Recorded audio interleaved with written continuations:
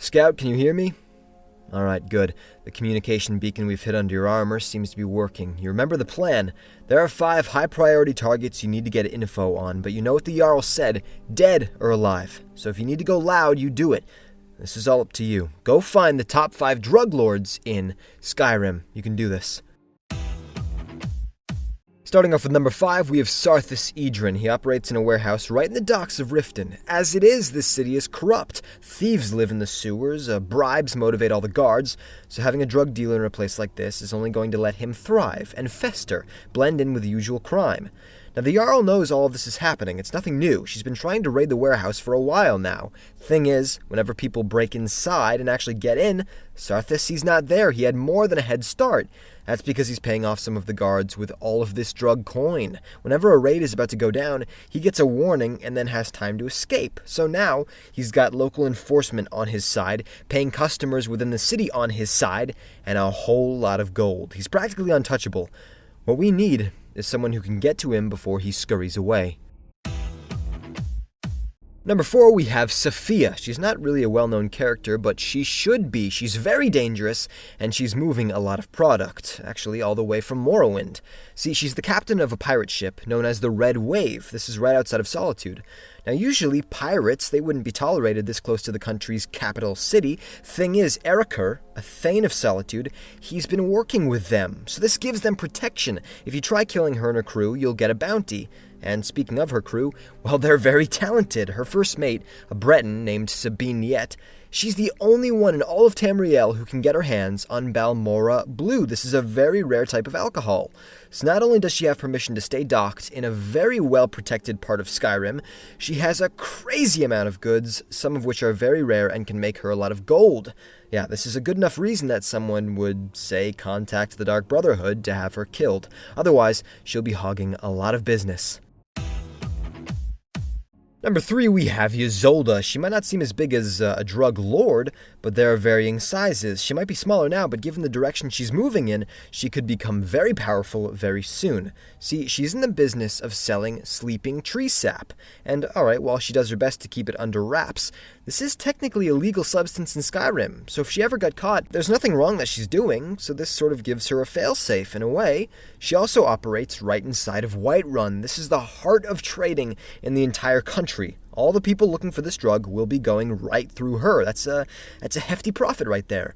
And the guards, they have no reason to think she's up to something shady, off in the background, because she's building her reputation as a normal, hardworking merchant. This is a woman. She's got the law on her side. She's got good looks, a great location, and possibly you to be her new supplier. Really, we don't know how powerful she is. Number 2, we have the Butcher. Not the kind of nickname I would like to make a deal with. No, I was imagining something like the Skeever or Walter, but I guess this is what makes him different. He's not catering to the kind of people that, say, Ysolda will be trading with. Instead, it's bandits, it's gamblers, and it's cutthroats. And if you try to cheat your way through any of it, the Butcher is not going to act kindly. You can find him in Crag's Lane Cavern. Now, this is the kind of drug lord that rules on violence and terror. The kind of people who they have to exercise power wherever they can because of all the other things they lack. Those sad people. This is why he builds arenas and has pit wolves fight each other, rip each other apart. He just likes to control them. It's his way. Gold, it's not his only motivator. It's also fear. He wants to be feared by everyone, anything. Well, just like his animals, he's going to die like one too. And quickly before number 1, we have an honorable mention, and that is the Khajiit caravans, the only ones who move all throughout Skyrim, bringing their product directly to the consumer. Business must be pretty good to have come all this way. And number 1, we have Venaris Vulpin. He holds the most secret operation to date, and he also is not just motivated by gold, instead by his customers. Now, unfortunately, I don't mean their well-being, but quite the opposite. He's feeding on them. Coin, that's not his source of power. Blood is. He's a vampire.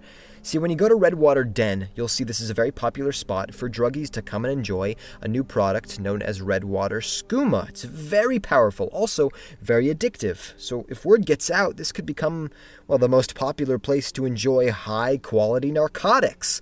Thing is, if you take a hit yourself, you'll see what's actually going on here. Venaris is putting blood from an ancient well known as the Blood Spring into the skooma. This is getting people really messed up, and then, yeah, he's free to feed on them or turn them into thralls all he likes. No one can fight back. This is no trade post. This is a death trap. What we need is someone who is strong of the mind to fight through these effects and cut Venaris' life support for good. And there you have it, my top 5 drug lords in Skyrim. If you enjoyed the video, please like, comment, and subscribe. And down below, please tell me, is there anyone else you would add to this list? Alright, thank you very much for watching. And I can say you did a hell of a job, Scout. With this information, we can take out every drug dealer in Skyrim. And then, that's when you and I move in. Let me introduce to you Nern crystals. Here, give it a smell.